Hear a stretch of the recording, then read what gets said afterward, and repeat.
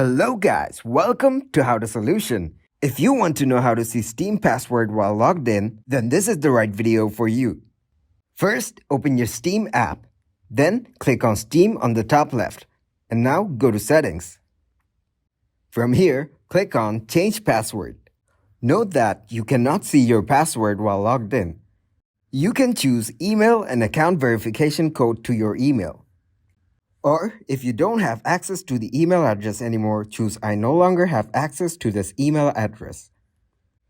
Now, fill in the information that they're asking you here, like the email that you want to use. Then, put in your previous email address.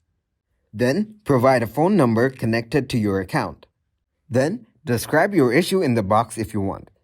Now, click on Send. And it's done. That is it for this video. Please leave a like and subscribe to the channel for more tutorials like this. Thanks for watching. Goodbye.